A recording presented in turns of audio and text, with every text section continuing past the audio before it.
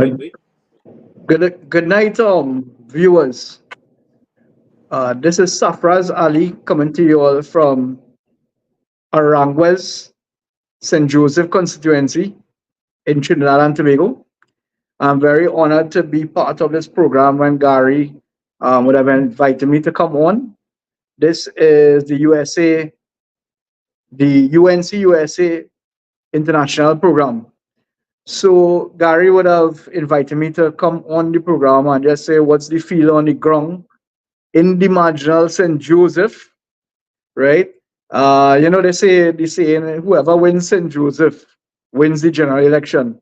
Such is the importance of the constituency of St. Joseph. The EBC recently would have put a bill in Parliament to change the name. So the new name of this constituency will be Aranguez St. Joseph, which to me has done justice to the people of Aranguez because it's a very large part of the constituency of St. Joseph. So the new name, Aranguez St. Joseph, suits the constituency better, in our opinion. Having said that, the actual state of affairs in St. Joseph is totally deplorable, mainly because we would have had and still have one of the worst performing members of parliament in the history of Trinidad and Tobago. And he is none other than terrible Terence Singh, who also doubles up as the Minister of Health. And his name, he got the ignominious title, one of two ministers of this PNM government to be called Ministers of Death. Terence Singh is one of them, and I'm quite sure you all could guess who the other one is, which is Fitzgerald Hines, the Minister of Death for National Security. Because under these two ministries, thousands and thousands of our citizens are dying. In Terence Singh case, we had thousands of our citizens dying of COVID, right? And we are hearing horror stories of what transpired and still discovering new things up to now about lack of PPE, lack of equipment, etc., etc. They were totally incompetent in handling that whole COVID. And a lot of people died, allegedly because oxygen was running out and so on, right? And then we also had the babies, the death of the babies in Port in general up to recently. And now we are having people dying of dengue. And in all three situations, the Minister of Health has apparently placed his head under the sun, under the proverbial sun or ground, and hoping it would have gone away, but it didn't. And our citizens died. A lot of them died, right? So we have Terence Singh, the worst Minister of Health and the worst MP. There are areas of Aranguez, large areas, probably whole Aranguez, where the constituents of Aranguez, of St. Joseph, we would have not seen Terence Singh since 2015. Since 2015. And that is facts, right? He would have considered Aranguez not one of his support base, and therefore he doesn't show much attention to the area of Aranguez, which is a travesty, because when you are an MP, you are an elected MP for the entire constituency and not certain segments of the constituency. So much so that the Aranguez Community Center, we are crying out for help there. The ventilation is poor in the Aranguez Community Center. The lighting is poor. The space requirement is poor. The general upkeep in terms of the infrastructure and so on is very poor. And this, we are trying our best to upkeep the Aranguez Community Center with our limited resources, so much so that we were able to revamp the center and we were able to get classes going that benefit in the community. So, for example, at the top of my head, I can tell you, oh, by the way, I am the vice president of the Aranguez Community Council. So I am speaking from facts here, right? So I'm telling you that we have classes running. We have Indian dance classes. We have karate. We have yoga. We have Zumba recently started. So each afternoon of the week has a designated class, which attracts a lot of people from the community. The community center is vital home base for community activities to take place. Unfortunately, we have an MP who um, probably doesn't see the importance of the Arangas Community Center, and hence the reason why it has been run down, right? And we are begging for attention for the community center. Other community centers in PNM control areas are getting revamped, are getting renovated, and almost brand new community centers when they finish with it. Total air condition, more space, better lighting. They even have AV rooms, they have homework center rooms in those community centers in the PNM controlled areas. So why can't the people of Aranguez get a community center? And the thing is, Aranguez residents is multicultural, is cosmopolitan. So everybody will benefit. UNC, PNM, whoever they are, Indian, white, African, everybody will benefit if the community center is renovated to the extent that they're doing the others. So in Aranguez, we feel very neglected by this MP. The farmers in the Aranguez area have lots of problems in that uh, the whole aspect of registration for farmers is tied to bureaucracy within the Ministry of Agriculture. And it is very difficult to get a farmer's badge to be registered as a farmer and have the farmer's badge because one of the main requirements is that you have to have land. And if you don't have land, a certain acreage of land, and if you don't have it, and you're planting in somebody's land, you have to get a letter from that person stating that they're giving you permission to plant.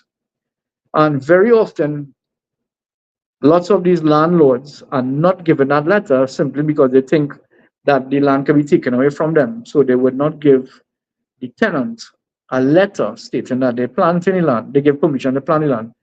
And that is the key back for thousands and thousands of farmers who are planting, who are active right now, but they can't access the farmer's badge.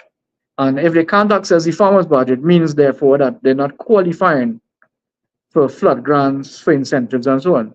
And in Aranguez, the farmers often get flood, and that's a serious issue. But again, no help from the MP in that aspect either. I don't think he is even aware of that as an issue, to be honest.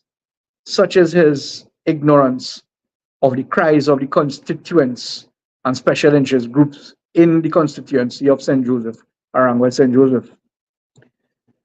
Having said that, if we look at a broader view of what is happening nationally now, we see that the crime is totally out of control. Under this PNM government, they have allowed it to grow exponentially, so much so that anybody who drives outside there now in the nighttime feels very unsafe. Such is the state of our country right now. And, we just hope that it's not our number that gets called, where bandits or carjackers might be targeting you when you're coming in your home, that kind of thing. And totally mismanaged by this PNM government. Keith Rowley, the Prime Minister, would have persisted with Hines, the other Minister of Debt, to the injustice of the people by having him there, because he has shown he is totally incompetent.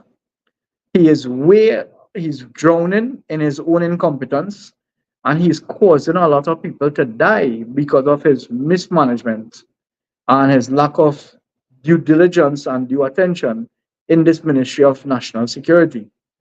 And I mean, the population, nearly everyone agrees that he has to go. But people in EPNM thinks that he is doing a fantastic job and has kept him there, which is totally mind blowing to say the least. So the crime is high. We have very high unemployment rates. As somebody told me, to get a job outside there is like gold right now. If you get a job, imagine that. You have lots of people who are unemployed, and the people who are getting employment are being paid very menial and low wages, and they have no choice, but they have to take it. They have to take that wherever they get work, So, and that results because of mismanagement of the economy, right? The government has not been able to generate new jobs, significant paying or good jobs, uh, and that is a result of their mismanagement of the economy under Colmy Britt. And for example, when they closed down Petrotrin in 2018, we saw one of our major revenue earners, foreign exchange earner in Petrotrin, the refinery, was shut down. And therefore, we moved from a gas exporter to a gas importer, where was scarce foreign reserves going out the country instead of coming in. And when he closed down Petrotrin, there was no other revenue earner. Nothing at all significantly. So we can say that the citizens are suffering on different fronts, right? Whether it's being unemployed and having no money to meet your bills and your expenses, whether you feel unsafe, even if you get sick and you have to go to the hospital, that's another horror story there by itself. Cater for at least a whole night wait or a whole day wait, at least. And I have personal experience with this where the doctor in the A&E is telling me they have a backlog from 24 hours ago. So you have to stay on that bench outside the A&E for a little more than a day. And you'll be lucky if you start to get treatment. And when you go inside the A&E, you'll be lucky if you get a stretcher on the corridor. That is the state of affairs. And then if you have to be warded, you'll be lucky if you get warded for further treatment. Right? So the healthcare system in a total mess also. Under the Helsing again. So Sure. I had a situation where to deal with a lady spent 3 days at Sandy Grande. They tested her with blood back and forth and sent her home, and then she had to go to a private doctor. Hospital said she had nothing. Private doctor said she had dengue. So I mean, it seems like to be a very chaotic situation. Everyone that I've spoken to in reference to the medical situation is total chaos in trying to get treatment or medicine. Yeah, make no bones about it. As I said before in earlier one, that the Singh has a propensity to put his head in the ground under the sun and hope it goes away. And we have a dengue disaster right now in Trinidad and Tobago, right? And instead of the Singh putting measures in place to help control, what does he do? Come to punish the population by implementing a $3,500 fine or a tax, if inverted commas, tax, close inverted commas. And that's his main modus to treat with dengue. And then people long ago in Trinidad, we used to see the van, the what they call the ULV van, spraying entire communities and so on. We're not seeing that happening again. In our angles, we haven't seen that van. I'm telling you, and we are hearing stories that there's one van for, for a big geographic spread for like a quarter Trinidad and Tobago. And we was like, what the hell is that? We need functioning insect vector vehicles so that we can control this mosquito growth. Because as the mosquito growth, as the mosquito population grows, the amount of dengue cases rises also. And that's another thing. We don't have a proper testing regime, so that the lower the people that comes forward is the lower the numbers of dengue that they officially reported. But let me tell you something, a lot of people, hundreds, if not thousands of people, have dengue right now in Trinidad and Tobago. Right? The Ministry of Health is recording 800 and something, but trust me, probably 10 times that amount or even more. I have seen some recent posts by the Trinidad Tobago Police Service Facebook with a lot of police officers dying. I'm just wondering if that's the cause of dengue that's taking place there with them too. Yeah, yeah, I wouldn't be surprised if it's dengue because uh, to me, they have totally mismanaged this. Again, when you go through A&E, they have care systems and so on, and they will say, "Oh, fever and a headache, okay, leave him there on the bench." They have more pressing people to deal with, and that person can remain there for a whole day, as I said, a whole day. And this time, this person is being dehydrated, high fever, they're going off in the toilet, and so on, and they need immediate medical attention, which probably they're probably slipping through the gaps in the hospital setting.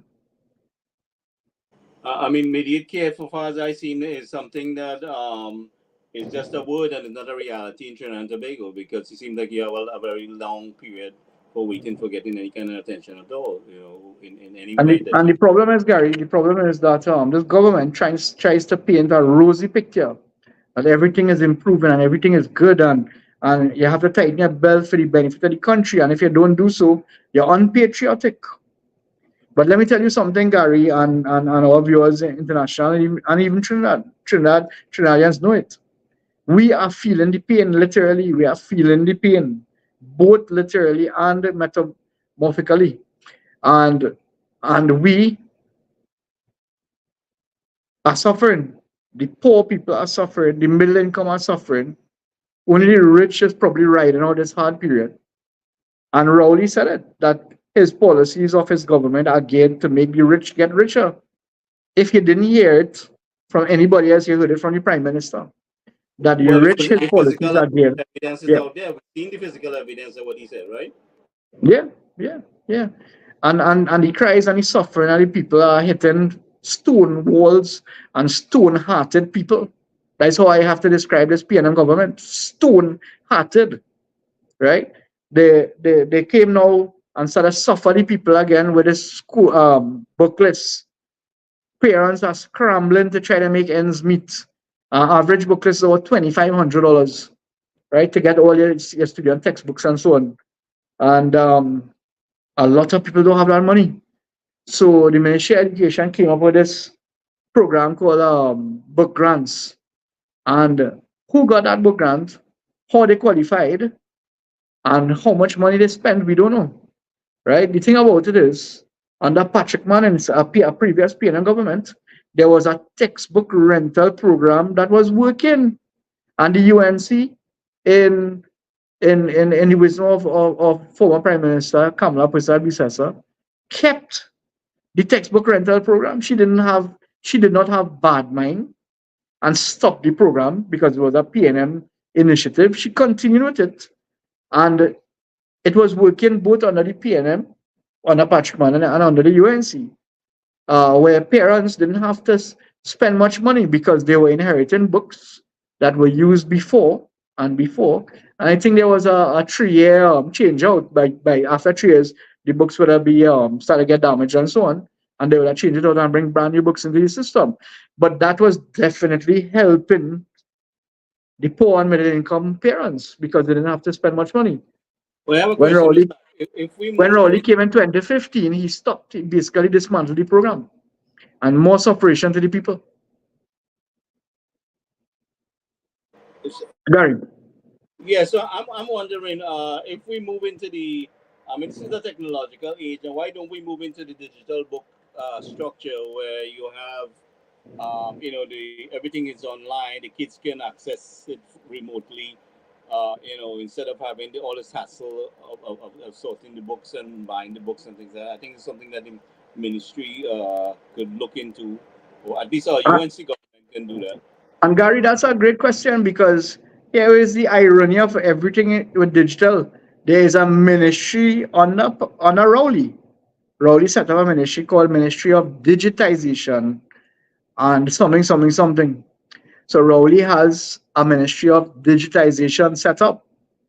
And what has that ministry been able to accomplish thus far? We don't know.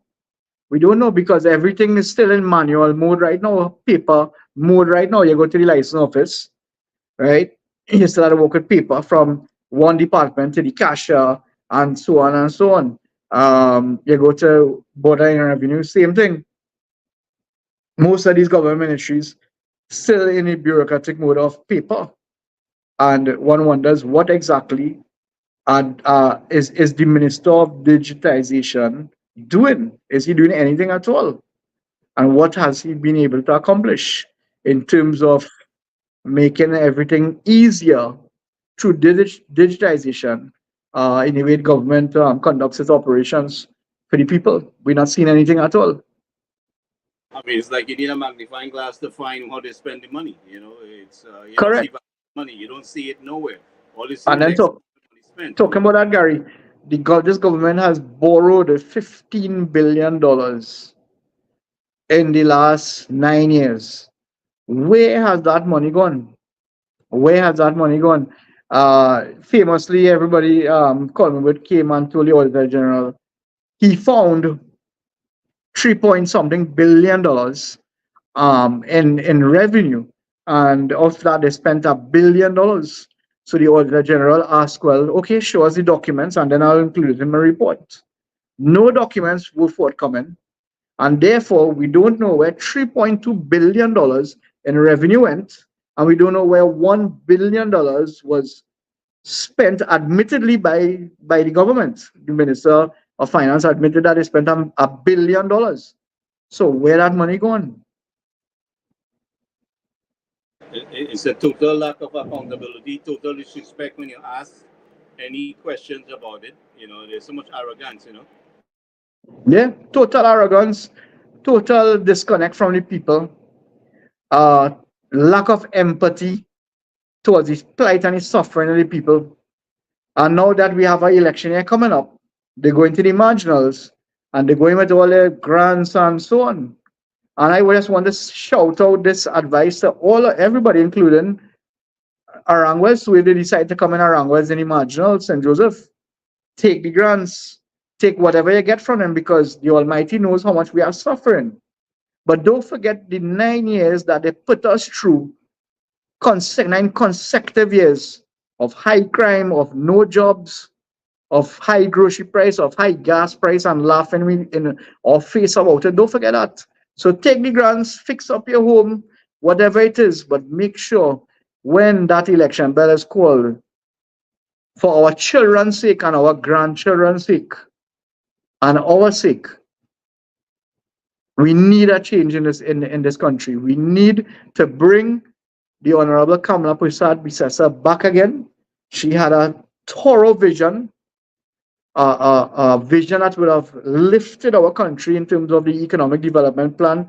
I saw parts of the economic development plan where they divided it in terms of policies on the land, policies in the water, right? And the sea, over the sea, that kind of thing, with ports and dry docking and so on.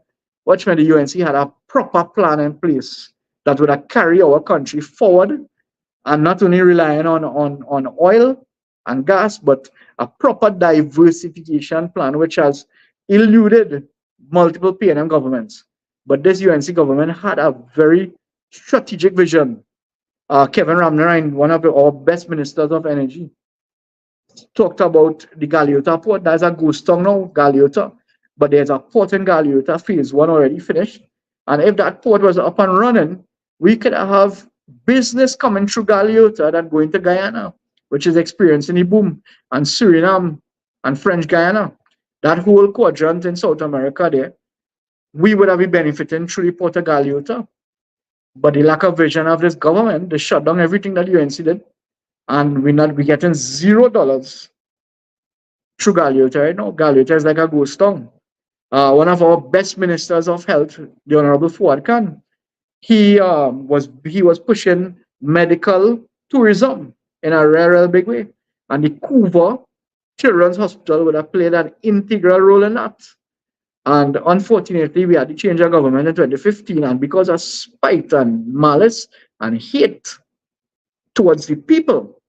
The PNM government kept that Cuba Children's Hospital closed, and even changed the name. They dropped children from it and renamed it Cuba Hospital. And they were forced to use it during the COVID, and now they are forced to use it for then. But such is the spite and the malice they have towards the people. They prefer to see the people suffer and wait 8, 9, 10 months for angiogram when you can set up and have the Cuba hospital running at full capacity, where you could go in and do your angiogram and even do bypass surgeries and so on. Unfortunately, these things are costing like $200,000 to do a bypass surgery right now in Trinidad, and an angiogram is between 17,000 and 20,000. People try to raise these funds by cake sale and raffle and so on, and unfortunately, a lot of our citizens die trying to raise money to do an angiogram, far less to do the triple bypass or the double bypass, whatever it is. But And we that pay is a sad tax. reality. We pay a tax surcharge, right? So it's not like it's free. So I mean, there's a lot of accountability for your tax dollar.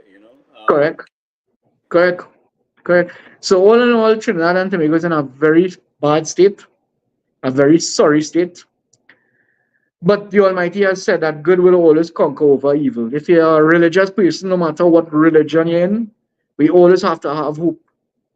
If you don't have hope, then a lot of people will leave the country, which is what really happening right now. People migrating towards North America and so on, and Europe, England and so on, Yeah, but right? it's not that easy now, But the thing about it, Sab, is, a lot of us have tried to work with our country, people to help make TNT better, and we have not gotten any kind of collaboration.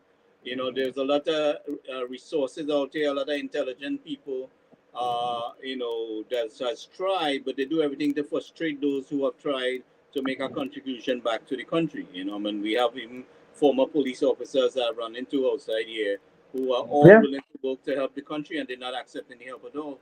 yeah. My dad was a teacher for nearly 40 years, and in his twilight days here, I know he could make a big contribution back to community and to society.